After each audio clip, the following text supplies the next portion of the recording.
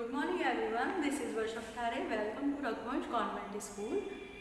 Class 8 हम पढ़ रहे थे हिंदी में। थर्ड चैप्टर अपना कंप्लीट हो गया था। फोर्थ चैप्टर अपने को पढ़ना है दीवानों की हस्ती। देखिए इस चैप्टर के जो लेखक हैं आपके वो कौन हैं? भगवती चरण वर्मा।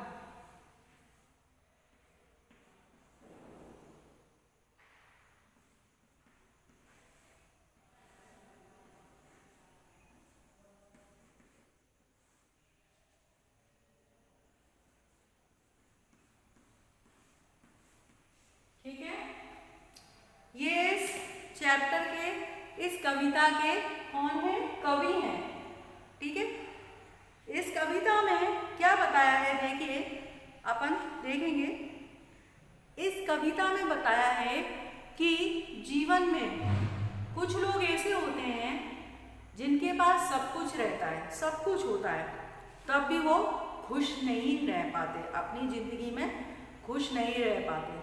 पर कुछ लोग ऐसे होते हैं कि जीवन में उनके पास कुछ नहीं मिलता, उनको कुछ भी सुख सुविधाएं नहीं रहती, कभी भी वो क्या हमेशा उनको कुछ ना कुछ दुख रहता है, कुछ ना कुछ समस्याएं रहती हैं, पर फिर भी वो अपने जीवन में क्या करते रहते हैं?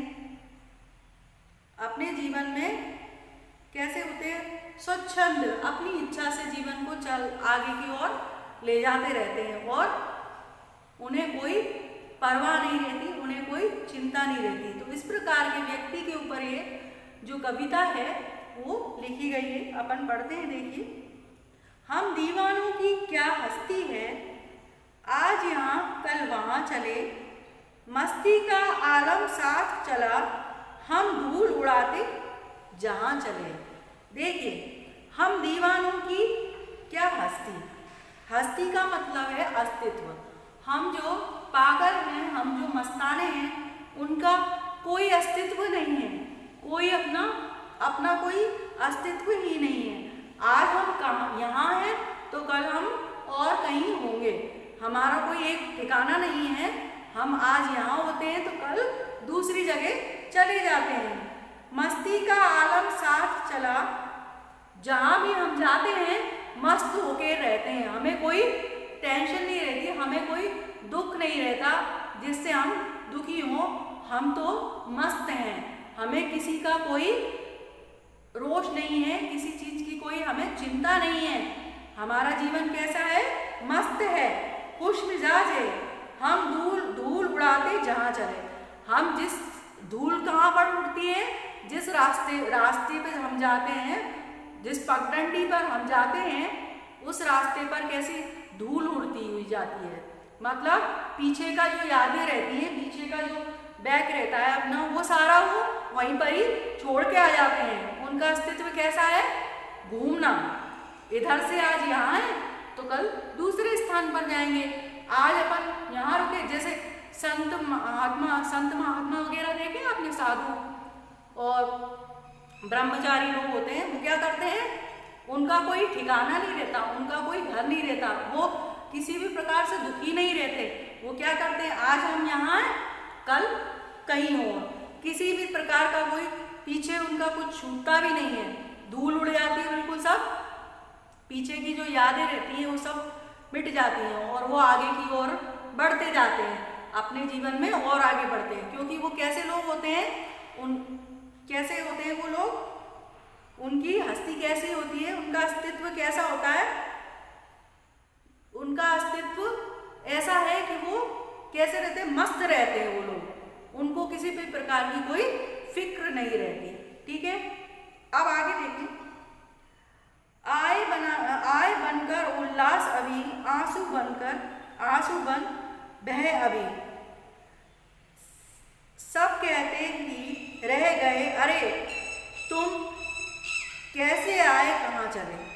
देखिए, आए बनकर उल्लास अभी, ऐसा लगता है कि अभी अभी तो हम खुशी से, उल्लास मतलब उमंग से हंसते हुए अभी अभी तो आए हैं, और आंसू बनकर बह चले अभी, और लगता है कि अभी अभी हम चले गए।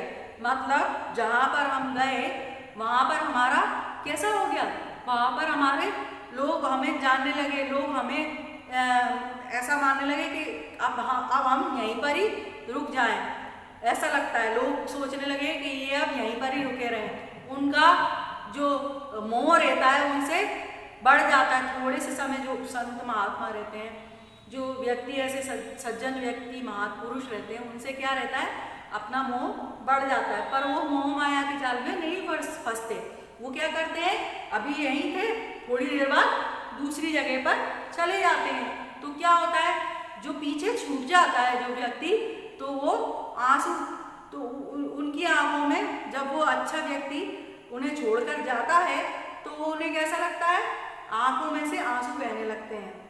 ठीक है, सब कहते ही रह गए, अरे तुम कैसे आए, कहाँ चले। बस सब यही सोचते रह जाते हैं, अभी तो आए थे, अभी चले गए, कैसे आए और कहाँ चले गए पता ही नहीं चला। तो उनका ठिकाना ही नहीं है कोई, तो उनका पता कैसे चलेगा वो कहाँ से आए थे और कहाँ चले गए। जो सज्जन हैं, जो महात्मा पुरुष हैं, ब्रह्मचारी लोग हैं, वो क्या करते हैं, वो कहीं पर से कहीं भी से भी साधु लोग हैं, कहीं से भी कहीं आए और उनका कोई ठिकाना नहीं रहता। आज यहाँ आए तो कल वो दूसरी जगह पर चले जाते हैं। आगे देखिए, किस ओर चले यह मत पूछो, चलना है बस इसलिए चले, जग में उसका कुछ लिए चले, जग को अपना कुछ दिए चले। अब देखिए, किस ओर चले यह मत पूछो। अब उनका कोई ठिकाना नहीं रहता कि आज उनको इधर जाना है या इस दिशा में जाना है या सामने पूरब पश्चिम उत्तर दक्षिण, कोई ठिकाना नहीं है, जगह का कोई ठिकाना नहीं है कि आज वो ये कह के जा रहे हैं आज हम इधर जाएंगे। तो कोई उनकी सोच नहीं है कि वो कहाँ जा रहा है। जहाँ पर उनको राह मिलती है, जहाँ पर उनके पैर चले जाते हैं, उसी स्थान पर वो घूमते घूमते चले जाते हैं। उनका कोई ठिकाना नहीं रहता है कि यहीं पर जाना है उसको। तो उनका कुछ पता भी नहीं है। कोई बोलेगा कि ये यहाँ पर गए हुए हैं, जो संत महात्मा हैं या जो भी साधु पुरुष हैं, तो हम नहीं बता पाएंगे कि इस जगह पर गए। उनका कोई ठिकाना नहीं है। इसीलिए हमसे ये मत पूछो कि वो किस ओर गए हैं। चलना है बस इसलिए चले, क्योंकि जीवन का नाम क्या है, हमेशा आगे बढ़ना, हमेशा चलते रहना, रुकना नहीं है, थमना नहीं है। तो इसीलिए वो क्या है, आगे की ओर चलते जा रहे हैं। जग से उसका कुछ लिए चले। अब देखिए, जो जग माने संसार, दुनिया, तो इस संसार से हम कुछ लेकर ही जा रहे हैं। आगे हम बढ़ रहे हैं तो इस संसार में हम कुछ लेके ही जा रहे हैं आगे की ओर, और जग को अपना कुछ दिए चले।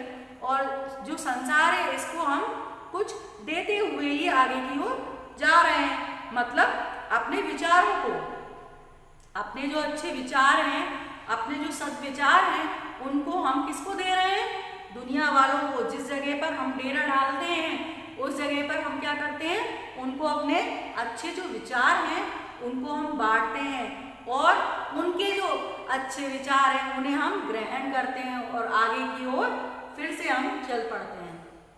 ठीक है, आगे देखेंगे।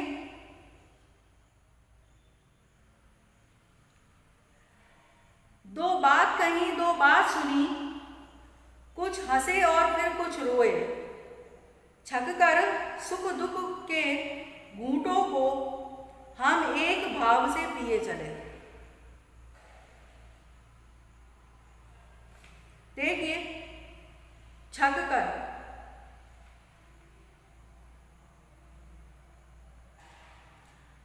देखिए, दो बात कही दो बात सुनी।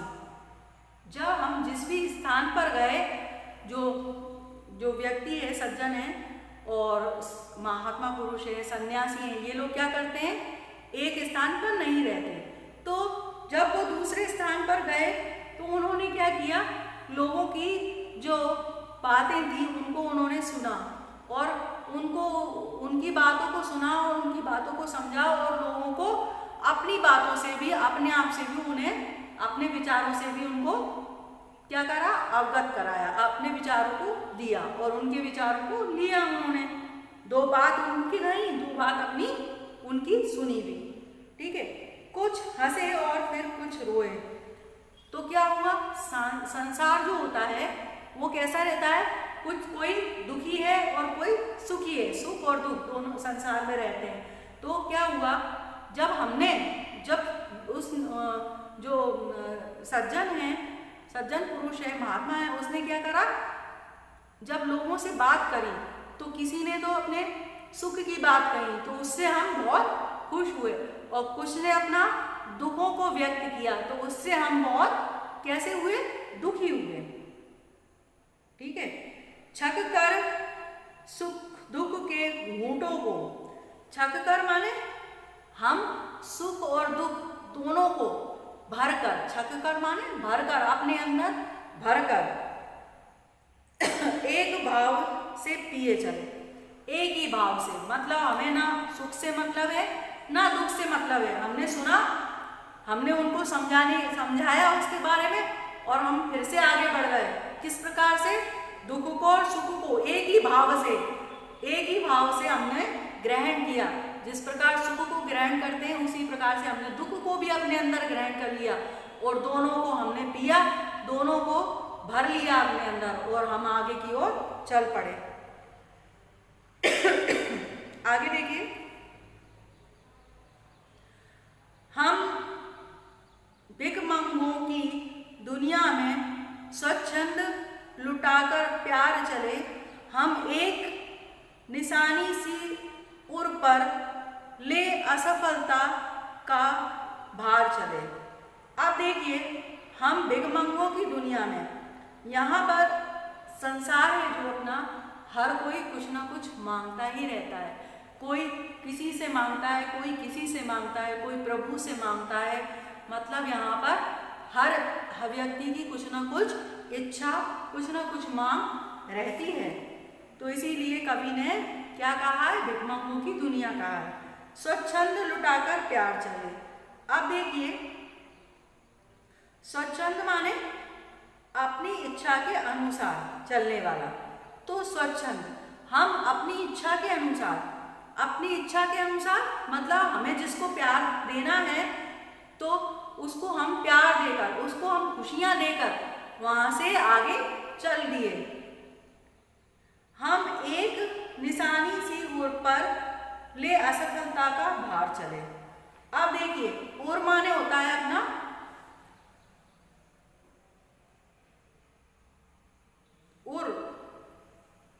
उर माने होता है मतलब अपने व्यक्तित्व, अपने ऊपर, उर माने अपने ऊपर हम एक भार सा, क्या एक निशानी, हम अपने उर के ऊपर एक निशानी लेकर जा रहे हैं। कौन सी निशानी,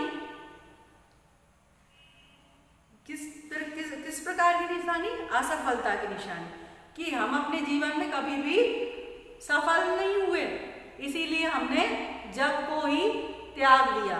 हम कभी भी इस जीवन में सफल ना हो पाए। आगे तो बढ़ते चले गए, पर किस लिए आगे बढ़े, सब कुछ त्याग दिया, हमें सुख और दुख समान लगे, हमने सब कुछ मोह माया के सारे बंधनों को तोड़ दिया। किस लिए, क्योंकि हम जीवन में सफलता हमें प्राप्त नहीं हुई। तो इसीलिए हम सफलता के मार्ग को चुनते हुए कि हम अब जब सब चीज़ों का, मोह माया को सबको त्याग देंगे तब तो हमें सफलता हासिल होगी। तो इस प्रकार से हम आगे की ओर चल पड़े। अब अपना और पराया क्या, आबाद रहे रुकने वाले, हम स्वयं बंधे थे और स्वयं हम बंधनों को तोड़ चले।